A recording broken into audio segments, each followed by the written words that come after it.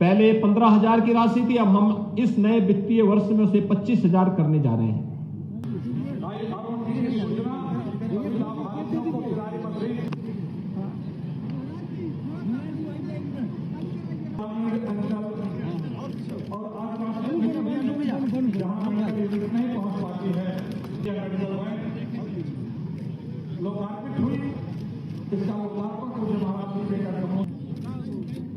इसमें किसी भी प्रकार का कोई संदेह किसी को भी नहीं होना चाहिए कि जन्म लेने से लेकर के स्नातक तक की पढ़ाई के लिए सरकार उन्हें अनुदान देती है। बेटी की शादी के लिए 51,000 रुपए की राशि सरकार उस परिवार को उपलब्ध करवाती है।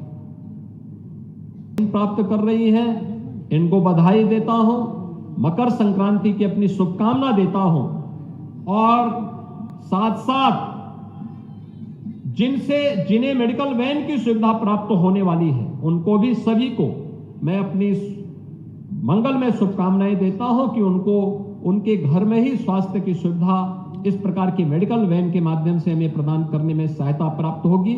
आज के इस अवसर पर एक बार फिर से मैं आप सबको मकर संक्रांति, लोहड़ी और जो भी पर्व और त्योहार इधर हमारे प्रारंभ हो रहे हैं, इन सब की अपनी शुभकामनाएं देता हूं और 22 जनवरी को अयोध्या में प्रभु राम के प्राण प्रतिष्ठा का भी एक भव्य आयोजन होने जा रहा है। आदरणीय प्रधानमंत्री जी के कर कमलों से 500 वर्षों के बाद यह अवसर हम सबके सामने आने जा रहा है। स्वाभाविक रूप से हर सनातन धर्मावलंबी, हर भारतवासी प्रफुल्लित है और प्रफुल्लित इसलिए है कि यह 500 वर्षों के बाद कई पीढ़ियों ने अपने आप को खपा दिया इस आंदोलन के साथ, इस अभियान के साथ, और आज वह अवसर हम सबको प्राप्त हो रहा है कि भव्य समारोह हम अपनी आंखों से देख पा रहे हैं। मैं इस अवसर पर आप सबको 22 जनवरी के प्राण प्रतिष्ठा समारोह की भी हृदय से अभी से बधाई देता हूं। हमारा दायित्व क्या होगा कि कल से स्वच्छता के कार्यक्रम, हमारा घर परिवार साफ सुथरा रहे, गांव साफ सुथरा रहे, मोहल्ला साफ सुथरा रहे। पहला काम, क्योंकि ईश्वर वहीं आते हैं जहां साफ सफाई रहेगी।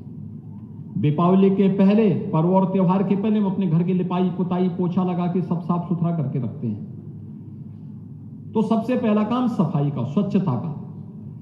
दूसरा, भगवान के आगमन के पहले अखंड रामायण का पाठ हो, घर के परिवार के लोग आपस में ही राम नाम संकीर्तन का काम करें। परिवार के लोग ही आपस में बैठ करके कार्यक्रम कर सकते हैं, गांव के लोग मिलकर के देव मंदिर में भजन कीर्तन का कार्यक्रम कर सकते हैं। ये 16 से लेकर के 22 तक लगातार चले। 22 को जब अयोध्या का कार्यक्रम चल रहा हो उसको हम लाइव देखें, कैसे कार्यक्रम अयोध्या का हो रहा है। 500 वर्षों के बाद याद करिए कितनी पीढ़ियां खप गई। आपके पूर्वजों ने भी उसमें योगदान दिया होगा, किसी न किसी रूप में योगदान दिया होगा।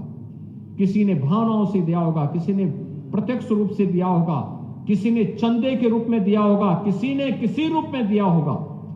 इस सभी का योगदान है और सामूहिक योगदान का परिणाम आज वहां पे हम सबको देखने को मिलेगा। हम उस कार्यक्रम को देखें और फिर जब कभी अयोध्या 22 के बाद अवसर मिले तो एक बार अयोध्या में प्रभु राम का दर्शन करके नए भारत का, नए उत्तर प्रदेश में नई अयोध्या और रामलला का दर्शन करने का सौभाग्य भी सबको प्राप्त हो, इसके लिए व्यवस्था बनाएंगे भी।